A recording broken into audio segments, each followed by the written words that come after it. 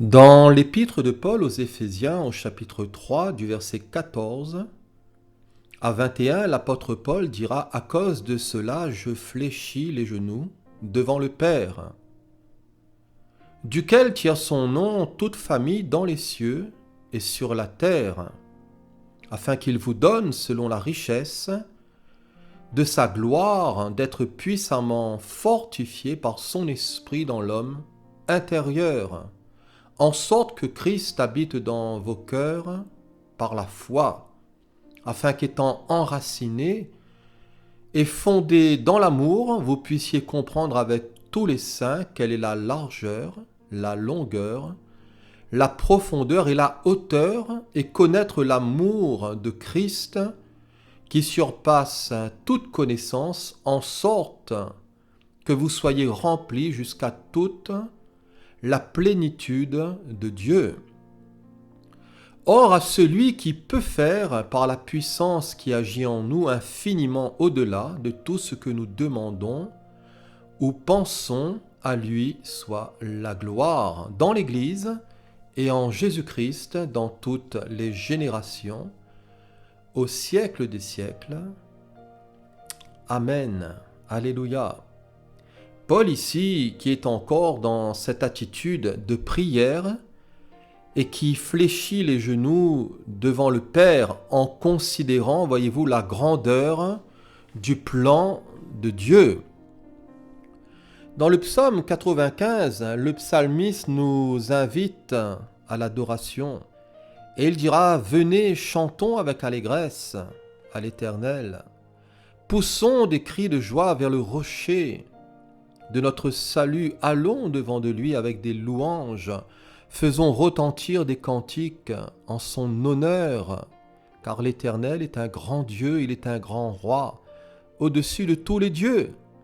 Il tient dans sa main les profondeurs de la terre et les sommets des montagnes sont à lui, la mer est à lui, c'est lui qui l'a faite. La terre aussi, ses mains l'ont formée. Venez, prosternons-nous et humilions-nous, fléchissons le genou devant l'Éternel, notre Créateur. Paul, lui, fléchissait les genoux devant le Père, de qui toute famille dans les cieux et sur la terre tire son nom. Il y a ici la paternité de Dieu. Dans un sens général, Dieu est le Père de l'humanité. Dans un sens plus restreint, Dieu est le Père de tous les croyants qu'il a engendrés, Galates 4, verset 6. Et d'une manière unique, Dieu est le Père de notre Seigneur Jésus-Christ, le Fils unique du Père. Concernant les Éphésiens, concernant les membres de la famille de Dieu, Paul demande que Dieu leur donne, selon la richesse de sa gloire, d'être puissamment fortifiés par son esprit dans l'homme intérieur, d'être puissamment fortifié. Il y a ici la force de Dieu. Être fortifié avec puissance par son esprit ou d'être fortifié en puissance par son esprit dans l'homme intérieur. Rendre fort, se fortifier, augmenter en force. Et voyez-vous, nous en avons bien besoin. Concernant la naissance de Jean-Baptiste, il est dit que l'enfant croissait et se fortifiait en esprit dans Luc chapitre 1. Après la présentation de Jésus dans le temple et que Joseph et Marie retournèrent en Galilée à Nazareth, leur ville, il est dit que l'enfant Jésus croissait et se fortifiait. Il était rempli de sagesse et la grâce de Dieu était sur lui dans Luc chapitre 2. Croître, se fortifier en esprit, être rempli de sagesse, jouir de la grâce de Dieu. Voyez-vous, telle est aussi la volonté du Seigneur pour nous. Et telle est la volonté du Seigneur pour ses enfants. Alléluia! Et cela jusqu'à et pour une pleine maturité en Christ. Ainsi, bienheureux l'homme dont cette force est en lui. Le psaume 84 nous dit « Heureux ceux qui placent en toi leur appui, ils trouvent dans leur cœur des chemins tout tracé. Lorsqu'il traverse la vallée de Baca, il la transforme en un lieu plein de sources, et la pluie la couvre aussi de bénédictions. Leur force augmente pendant la marche, et ils se présentent devant Dieu. À Sion, la foi en Dieu est une force, et l'apôtre dira, veillez, demeurez fermes dans la foi, soyez des hommes, fortifiez-vous, se fortifier avec puissance par son esprit dans l'homme intérieur, pouvoir prendre plaisir à la loi de Dieu selon l'homme intérieur, la loi de Dieu, la parole de Dieu qui est aussi un élément de force face, voyez-vous, au péché. L'homme intérieur doit se délecter et l'homme intérieur doit dévorer cette parole. L'homme intérieur qui se renouvelle aussi de jour en jour, même si l'homme extérieur se détruit. 2 Corinthiens chapitre 4. Même si l'homme extérieur connaît la décrépitude, même si l'homme extérieur connaît la vieillesse, pour certains la maladie, la souffrance, la mort, intérieurement, voyez-vous, nous sommes revêtus de force.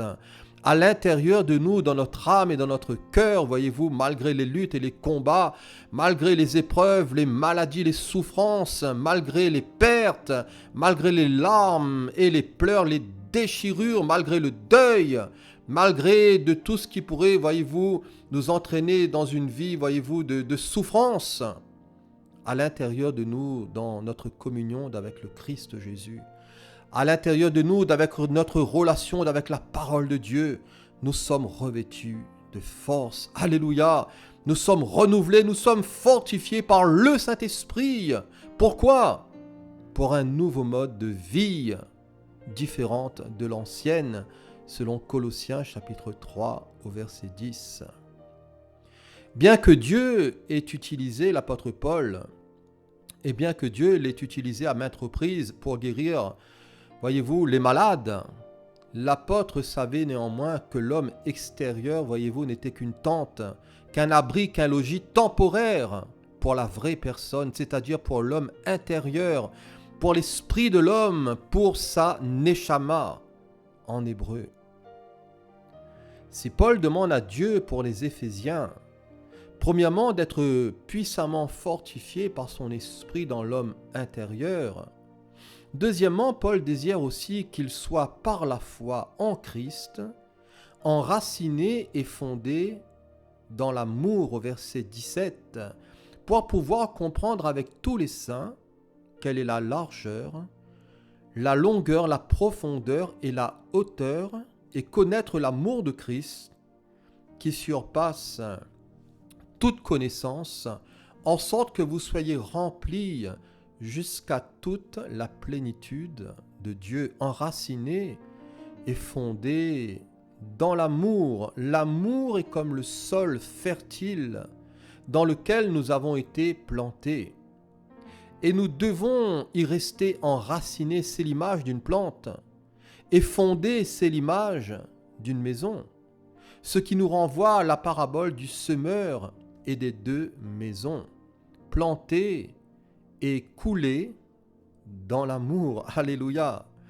Paul prie, et il prie pour que les Éphésiens comprennent l'ampleur, largeur, longueur, profondeur, hauteur de l'amour de Christ. Le plan de Dieu dans toutes ses dimensions se trouve en fait encadré par l'amour qui est la plus grande chose au monde, et sans elle, voyez-vous, nous ne sommes rien. Et Paul dira dans 1 Corinthiens 13, quand je parlerai les langues des hommes et des anges, si je n'ai pas l'amour, je suis un airain qui résonne ou une cymbale qui retentit. Et quand j'aurai le don de prophétie, la science de tous les mystères et toute la connaissance, quand j'aurai même toute la foi jusqu'à transporter des montagnes, si je n'ai pas l'amour, je ne suis rien. Et quand je distribuerai tous mes biens pour la nourriture des pauvres, quand je livrerai même mon corps pour être brûlé, si je n'ai pas l'amour, cela ne me sert, voyez-vous, à rien, dira l'apôtre. La vie dans l'amour, et la vie dans l'amour a des conséquences. Et ces conséquences, entre autres, c'est l'amabilité, c'est l'altruisme, c'est le brisement et l'humilité. C'est la vie de Jésus en nous. L'amour s'exprime, et l'amour s'exprime aussi dans toutes les directions. Et cela, voyez-vous, va très loin. Largeur ici, longueur, profondeur et hauteur. Et la croix en est le plus grand signe. La poutre horizontale va de l'est à l'ouest. Le pieu vertical relie la terre au ciel.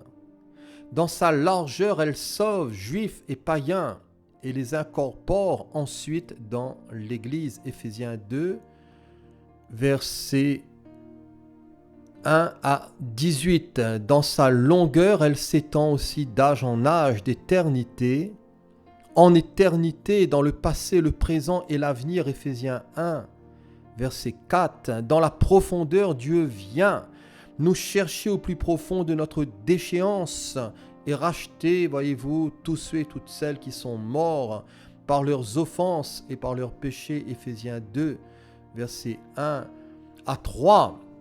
Dans sa hauteur, dans Éphésiens 2 à 6, il nous a ressuscités ensemble et nous a fait asseoir ensemble dans les lieux célestes en Jésus-Christ afin de participer à sa gloire. Tout un merveilleux ici programme qui est aussi un programme d'immersion, immergé dans la plénitude de Dieu, verset 19, en sorte que vous soyez remplis jusqu'à toute la plénitude de Dieu. La Bible nous dit que nous avons tout pleinement en lui et que le Seigneur, le Dieu de l'espérance, nous remplisse de toute joie et qu'il nous remplisse de toute paix dans la foi afin d'abonder en espérance par le Saint-Esprit. Dieu veut nous remplir. Et la parole nous dit: ne vous enivrez pas de vin, c'est de la débauche, mais soyez au contraire remplis de l'Esprit, remplis également du fruit de justice selon Philippiens 1, au verset 11. Quelle merveilleuse ici prière! Et quelle merveilleuse ici prière de l'apôtre en faveur des Éphésiens, mais aussi en notre faveur à nous. Et il a demandé la force, il a demandé l'amour, il a demandé la connaissance et la plénitude divine. Le pouvoir de Dieu est si grand qu'il peut faire aussi par la puissance qui agit en nous infiniment au-delà de tout ce que nous demandons ou pensons, au verset 20. Et nous pouvons voir ici toute une pyramide et toute une pyramide de bénédiction. Il est dit: oh, à celui qui peut, à celui qui peut faire, à celui qui peut faire ce que nous demandons, à celui qui peut faire ce que nous demandons ou pensons, à celui qui peut faire au-delà de ce que nous demandons ou pensons, à celui qui peut faire infiniment au-delà de ce que nous demandons ou pensons, à celui qui peut faire infiniment au-delà de tout ce que nous demandons ou pensons. Alléluia. Paul ici s'exclame, et il s'exclame en ces termes au verset 21, à lui soit la gloire. Et à lui soit la gloire dans l'Église et en Jésus-Christ, dans toutes les générations, au siècle et des siècles. Amen. Tout ce qu'il a créé et tout ce que le Seigneur a créé, voyez-vous, est appelé à le louer. Et dans le psaume 148, il est dit: louez l'Éternel. Louez l'Éternel du haut des cieux. Louez-le dans les lieux élevés. Louez-le, vous tous, ses anges. Louez-le, vous toutes, ses armées. Louez-le, soleil et lune. Louez-le, vous toutes, étoiles lumineuses. Louez-le, cieux des cieux, et vous, ô qui êtes au-dessus des cieux, qu'il loue le nom de l'Éternel. Car il a commandé et ils ont été créés. Il les a affermis pour toujours et à perpétuité. Il a donné des lois et il ne les violera point. Louez l'Éternel du bas de la terre. Monstres marins et vous tous, abîmes, feux et grêles, neige et brouillard, vent impétueux qui exécutez ses ordres, montagnes et toutes les collines, arbres fruitiers et tous les cèdres animaux et tout le bétail reptile et oiseaux et les rois de la terre et tous les peuples, princes et tous les juges de la terre, jeunes hommes, jeunes filles, vieillards et enfants, qu'ils louent le nom de l'Éternel, car son nom seul est élevé, sa majesté est au-dessus de la terre et des cieux. Voyez-vous, j'ai les larmes dans les yeux. Je vous le dis, mon cœur est tellement heureux à l'écoute, voyez-vous, de ces paroles, de ces actions de grâce, voyez-vous, de toute cette magnificence du Seigneur. Tout ce qu'il a créé est appelé à le louer. L'Église aussi est appelée à le louer. Et cette durée, voyez-vous, elle est dans toutes les générations, au siècle et des siècles. Amen. Voilà, que le Seigneur Jésus puisse vous bénir, vous encourager par ces quelques paroles et à la prochaine. Voilà, Dieu voulant, soyez bénis au nom de Jésus. Amen.